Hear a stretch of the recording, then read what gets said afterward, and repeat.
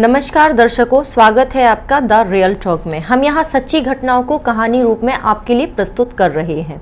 The real talk पर आपको इन विषय से जुड़ी सच्ची घटनाओं पर आधारित कहानियाँ मिलेंगी। Crime stories, murder stories, robbery stories, rape, horror and historical stories. इस प्रकार की सच्ची घटनाओं को सुनने के लिए, समझने के लिए और जानने के लिए द रियल टॉक को सब्सक्राइब करें। द रियल टॉक का मोटिव किसी को भी डराना नहीं है। द रियल टॉक का मोटिव अपने दर्शकों को अपनी कहानियों के माध्यम से सतर्क करना है। हम आज ऐसे समाज में जी रहे हैं जहां हमारे चारों तरफ कई प्रकार की घटनाएं घटित हो रही हैं। द रियल टॉक आपको ऐसी घटनाओं से सतर्क करने में, सावधान करने में आपकी मदद करेगा। धन्यवाद। चलिए आज की कहानी शुरू करते हैं। शीना बोरा मर्डर केस। यह घटना मुंबई में घटी और बहुत ज़्यादा चर्चाओं में रही। रिश्तों की उलझन में उलझी यह एक ऐसी कहानी थी जिसने लोगों के दिमाग को हिलाकर रख दिया। आज की कहानी रिश्ते, प्यार, पैसे, लालच और कत्ल की वो कहानी है जिसमें पुलिस खुद उलझी हुई थी। एक लड़की का कत्ल हुआ था, नाम था शीना बोरा। इस कहानी के कई किरदार हैं: इंद्राणी मुखर्जी, पीटर मुखर्जी, ड्राइवर श्यामवर, संजीव खन्ना और राहुल। यह केस कैसे शुरू हुआ और कैसे अपने अंजाम तक पहुंचा, आइए जानते हैं। जून 2015 मुंबई पुलिस कमिश्नर राकेश मारिया अपने ऑफिस में बैठे हुए थे। तभी उनके पास एक गुमनाम फोन आता है। फोन किसी लड़की ने किया था। वह लड़की राकेश मारिया सर से बोलती है, शीना बोरा नाम की लड़की 3 साल से गायब है। वह 3 साल से किसी के भी संपर्क में नहीं है क्योंकि उसका कत्ल हो गया है। मर्डर शीना की बहन इंद्राणी मुखर्जी ने किया है। इसमें बहुत बड़े बड़े लोग शामिल हैं। इतना बोलकर वह लड़की फोन रख देती है। तब के पुलिस कमिश्नर राकेश मारिया जी का नाम मुंबई के टॉप इंटेलिजेंट ऑफिसर्स में लिया जाता था। मुंबई में हुए 93 बॉम्ब ब्लास्ट की जांच पड़ताल में संजय दत्त से पूछताछ का काम राकेश मारिया सर ने ही किया था। संजू पिक्चर में एक पुलिस वाला संजय दत्त को थप्पड़ मारता है। वह थप्पड़ दरअसल राकेश मारिया सर ने ही संजय दत्त को मारा था। 26/11 मुंबई में हुए आतंकी हमले की जांच पड़ताल भी राकेश मारिया सर ने ही की थी। तो 2015 में राकेश मारिया सर मुंबई के पुलिस कमिश्नर थे और जून 2015 में एक अनजान लड़की का कॉल राकेश मारिया सर के पास आता है। फोन रखकर राकेश मारिया सर सोचने लगते हैं। लड़की ने इंद्राणी मुखर्जी का नाम लिया है। इंद्राणी मुखर्जी पीटर मुखर्जी की वाइफ है और पीटर मुखर्जी का नाम बहुत बड़ा है। मीडिया टाइकून कहा जाता था पीटर मुखर्जी को। काफ़ी हाई प्रोफाइल लोग थे ये। हाँ, कॉल करने वाली लड़की ने पीटर मुखर्जी का नाम नहीं लिया था, इंद्राणी मुखर्जी का नाम लिया था। पर इंद्राणी तक जाना सीधा सीधा पीटर मुखर्जी के घर तक जाना था। राकेश मौर्य सर को उस लड़की की बात सच लग रही थी। राकेश मौर्य सर जानते थे अगर यह बात सच है तो यह बहुत बड़ा केस है और पीटर मुखर्जी या इंद्राणी मुखर्जी पर बिना सबूत के हाथ नहीं डाला जा सकता है। इसीलिए राकेश मौर्य सर ने चुपचाप अपनी एक टीम को इस केस की जांच पड़ताल में लगा दिया। पीटर मुखर्जी का घर मुंबई के खार इलाके में था। इसीलिए राकेश सर ने खार पुलिस स्टेशन में चेक कराया कि 3 साल पहले की शीना बोरा नाम की कोई मिसिंग कंप्लेंट है। खार पुलिस स्टेशन ने चेक किया और राकेश मारिया सर को बताया कि इस नाम की कोई भी मिसिंग कंप्लेंट दर्ज नहीं है हमारे यहाँ। उसके बाद राकेश मारिया सर ने अपने एक भरोसेमंद ऑफिसर दिनेश कदम को अनऑफिशियली इस केस की जांच सौंपी। राकेश मौर्य सर ने दिनेश कदम से कहा कि तुम पता लगाओ शीना बोरा नाम की लड़की कौन है, कहाँ रहती थी, क्या करती थी और इसका इंद्राणी मुखर्जी और पीटर मुखर्जी से क्या संबंध है। दिनेश कदम पता लगाने की कोशिश करते हैं पर कोई खास कामयाबी नहीं मिलती।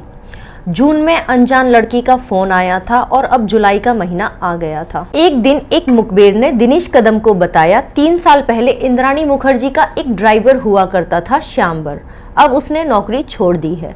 यह एक बड़ी लीड थी दिनेश कदम के लिए क्योंकि ड्राइवर था, गाड़ी चलाता था, साथ में आता जाता था, घर में आता जाता था, तो बहुत कुछ जानता होगा। जब ड्राइवर की लीड मिली तब इंद्राणी मुखर्जी इंडिया में नहीं थी। अब पुलिस के सामने यह एक दिक्कत थी कि ड्राइवर श्यामवर को अरेस्ट किया या पूछताछ के लिए बुलाया और यह शीना बोरा के मर्डर की कहानी सच्ची है और अगर इंद्राणी को ड्राइवर के अरेस्ट होने की खबर कहीं से मिल जाती है तो फिर इंद्राणी मुखर्जी भारत नहीं लौटेंगी। इसीलिए राकेश मारिया ने कहा, इंद्राणी के देश लौटने तक का वेट करो। अगस्त सेकेंड वीक में इंद्राणी मुखर्जी मुंबई वापस लौटी। राकेश मारिया जी समझ चुके थे सीधी पूछताछ से ही सच बाहर आ सकता है, इसके लिए ड्राइवर श्यामवर को उठाना था। पर किस बेस पर उठाएं? तो यह कहा जाता है कि आर्म्स एक्ट के तहत ड्राइवर को अरेस्ट किया जाता है।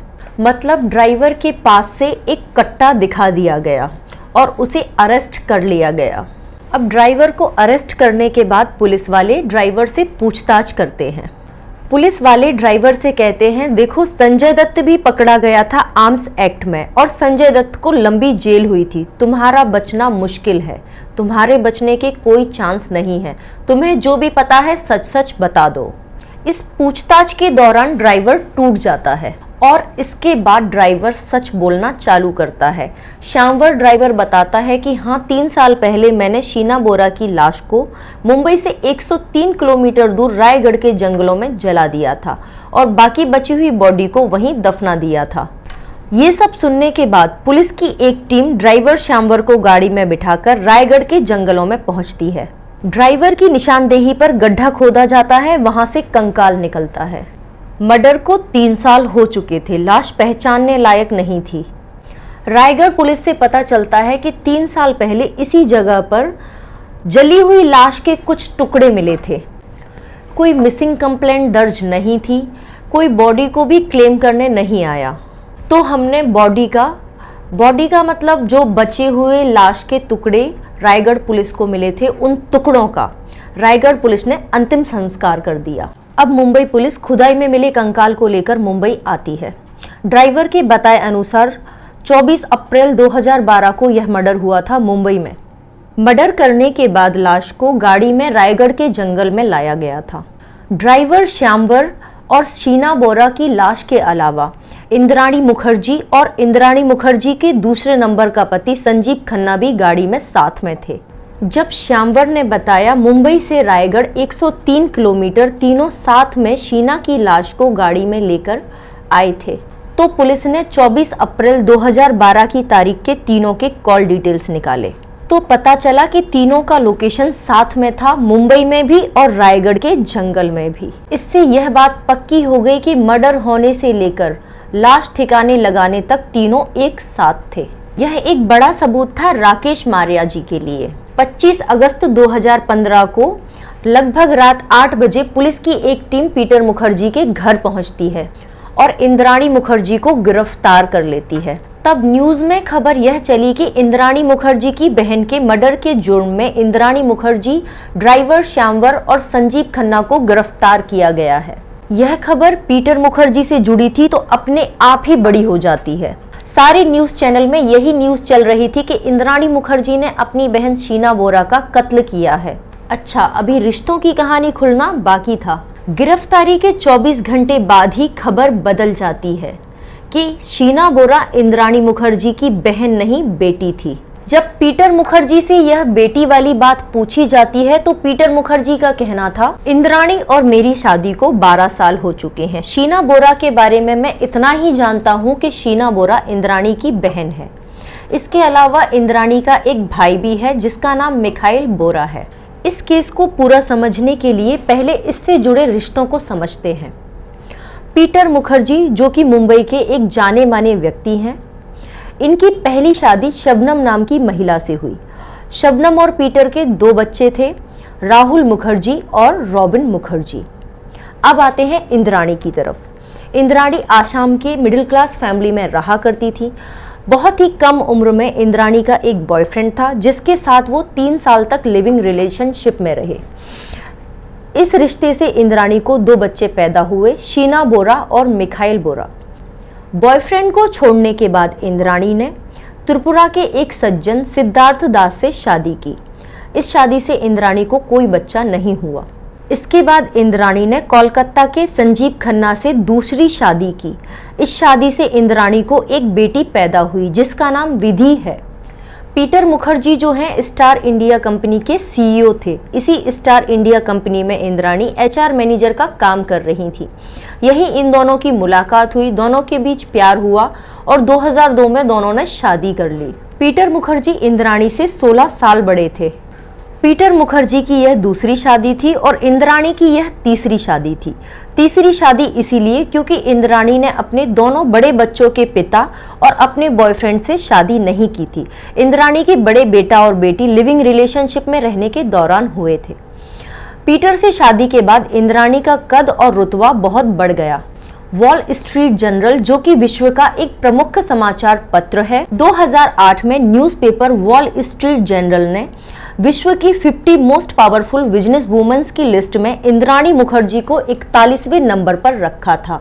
इंद्राणी की जिंदगी पूरी तरह बदल गई थी, पर इंद्राणी ने झूठ बोला था। अपने दोनों बड़े बच्चों को अपना भाई बहन बताया था और अपनी छोटी बेटी विधि को अपना एक लौता बच्चा बताया था। विधि इंद्राणी और उसके दूसरे नंबर के पति संजीव खन्ना की बेटी है, जो मर्डर करने में इंद्राणी के साथ था।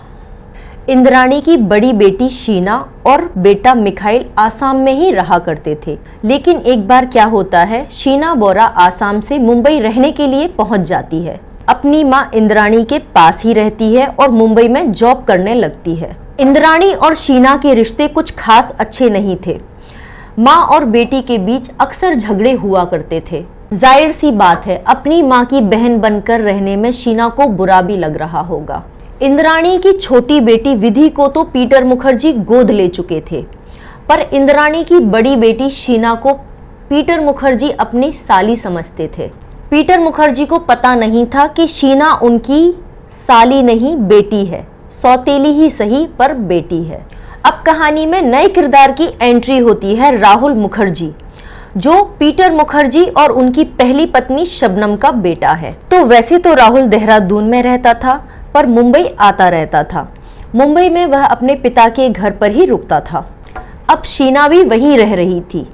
राहुल और शीना हम उम्र थे। दोनों के बीच प्यार हो जाता है। दोनों शादी करना चाहते थे। राहुल को पता नहीं था कि शीना उसकी सौतेली बहन है, पर इंद्राणी को तो सब कुछ पता था। इंद्राणी राहुल और शीना के रिश्ते के सख्त खिलाफ थी। इंद्राणी को पता था कि राहुल और शीना भाई बहन हैं।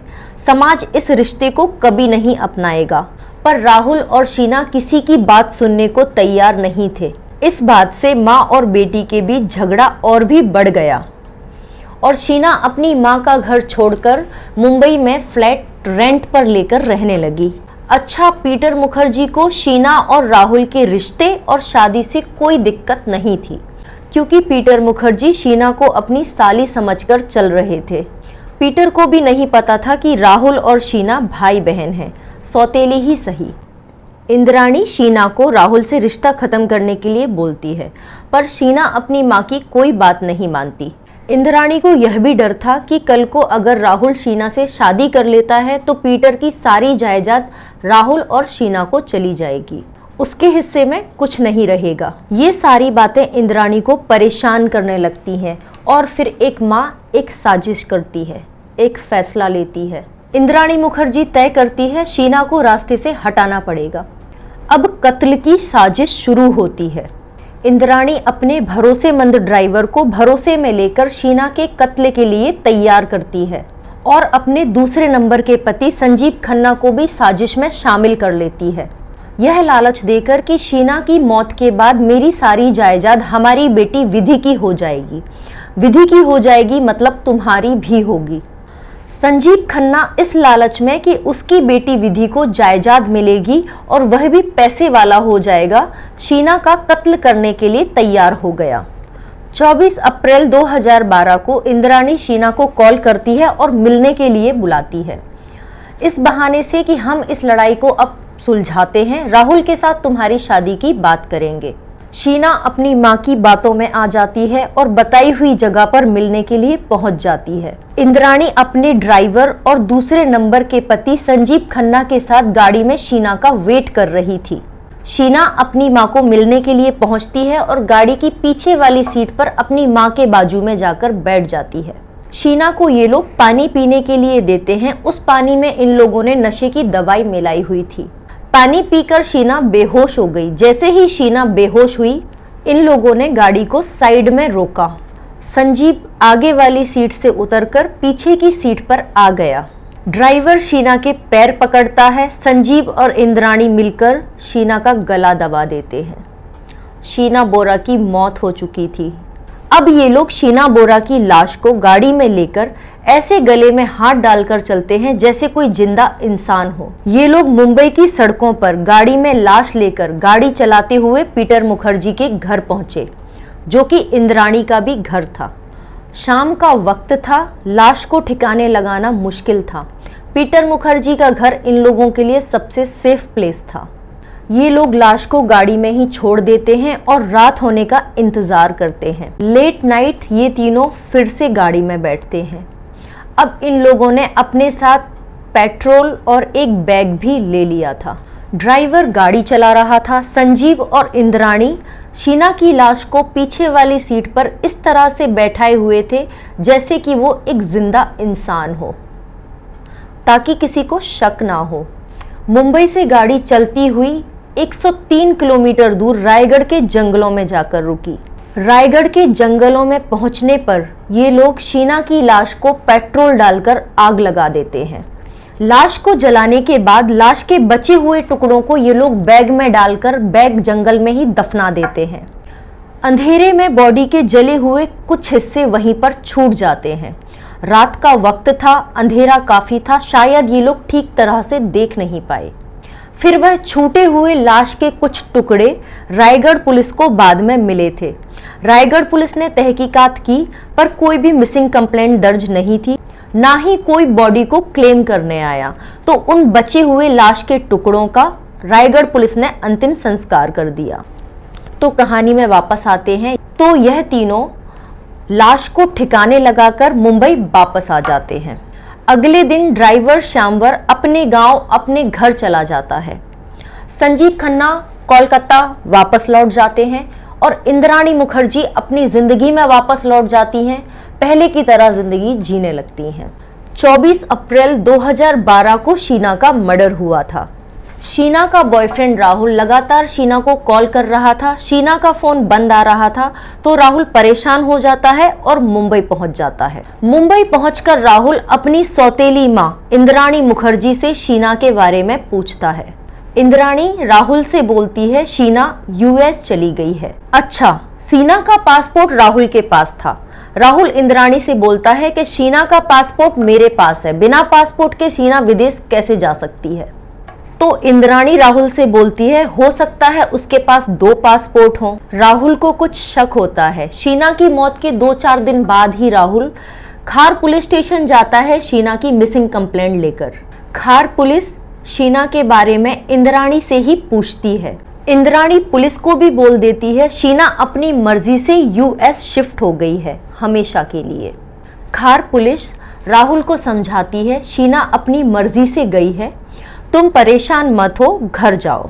खार पुलिस ने मिसिंग कंप्लेंट भी नहीं लिखी। राहुल 1-2 बार और पुलिस स्टेशन गया, पर कोई बात नहीं बनी। शीना का फोन 24 तारीख से बंद था, पर एक दिन शीना के नंबर से राहुल को एक मैसेज आता है। मैसेज में लिखा हुआ था मैं हमेशा के लिए यूएस जा रही हूँ, मेरा और तुम्हारा रिश्ता अब खत्म होता है, मेरे बारे में जानने की या किसी से कोई पूछताछ करने की कोशिश मत करना।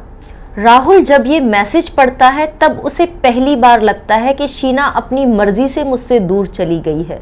राहुल बस यही सोच रहा था कि मुझसे ऐसी क्या गलती हो गई है कि शीना मुझसे इतना दूर चली गई है। इसके बाद राहुल भी खामोश हो जाता है। सब लोग अपनी अपनी जिंदगी जी रहे थे। 24 अप्रैल 2012 को यह मर्डर हुआ था। 2012 पूरा निकल गया, 2013 निकल गया, 2014 निकल गया और अब 2015 आ गया।